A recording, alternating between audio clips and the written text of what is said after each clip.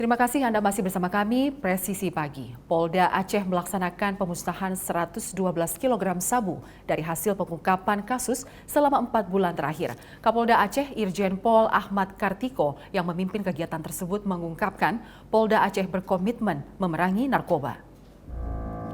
Pemusnahan barang bukti narkoba jenis sabu sebanyak 112 kg hasil pengungkapan kasus selama 4 bulan terakhir di wilayah hukum Polda Aceh berlangsung pada Rabu 11 Oktober 2023. Pemusnahan barang bukti dipimpin langsung Kapolda Aceh Irjen Polisi Ahmad Kartiko.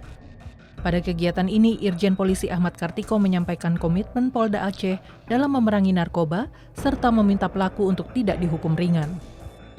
Berdasarkan data Polda Aceh, 70% tersangka narkoba di wilayah hukum Polda Aceh dan Polres Jajaran merupakan pelaku penyalahgunaan narkotika.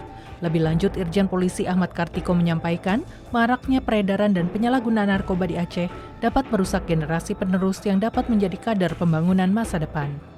Kita bisa mengadang di Aceh, berarti kita menyelamatkan bangsa Indonesia yang lainnya. Jadi saya sudah minta dukungan dari stakeholder terkait, Pak Panglima, termasuk Pak dari Danlanal, Kustamba, dari Pak Kabinda juga, untuk sama-sama kita bersinergi. Jadi bukan hanya kita Polda, tapi ada juga BNN, ada juga Bareskrim dari Direktorat Hukum Narkoba yang sampai tadi malam ada sekitar 70 kg. Dan beberapa hari yang lalu itu ada sekitar 145 kg untuk beserta senjata apinya. Nanti akan dirilis di Bareskrim nanti. Dan kami juga meminta dukungan penuh dari Bareskrim untuk ya sama-sama kita bekerja di sini.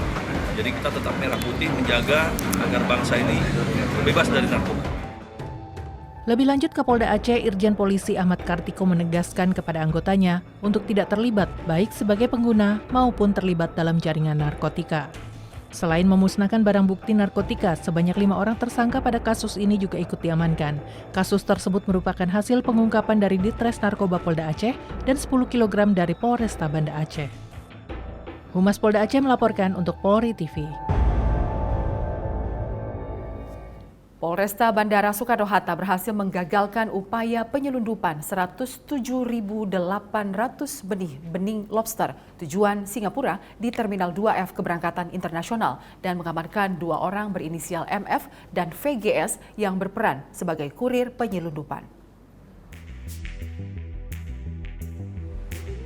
Upaya penyelundupan 107.800 benih lobster tujuan Singapura berhasil digagalkan Polresta Bandara Soekarno-Hatta di Terminal 2F keberangkatan internasional pada Minggu 8 Oktober. 2 orang tersangka berinisial MF dan VGS diamankan pihak Polresta Bandara Soekarno-Hatta. MF dan VGS berperan sebagai kurir yang akan mengantarkan koper berisi benih lobster ke Singapura. Wakapolresta Bandara Soekarno-Hatta AKBP Raden Muhammad Jauhari dalam konferensi pers menjelaskan, modus kedua tersangka dalam menjalankan aksinya yakni membawa benih lobster ke Singapura dan masing-masing kurir akan mendapatkan upah sebesar 10 juta rupiah.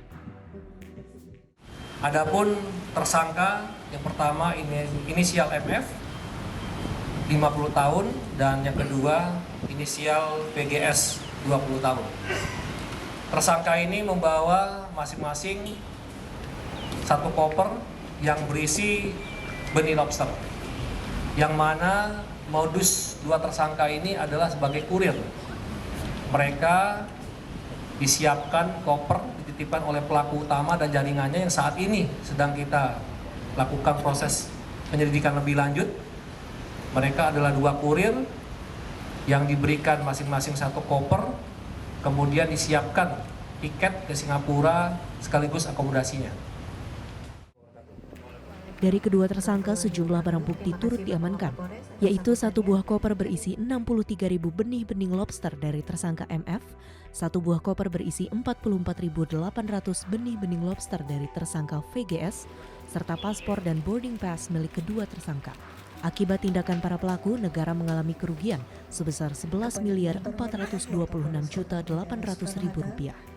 Atas perbuatannya, pelaku dijerat pasal 92 Junto pasal 26 ayat 1 Undang-Undang Republik Indonesia nomor 6 tahun 2023 tentang karantina hewan, ikan, dan tumbuhan dengan ancaman hukuman paling lama 8 tahun penjara dan denda paling banyak sebesar 1,5 miliar rupiah. Tim Humas Polresta Bandara Soekarno-Hatta melaporkan untuk Polri TV.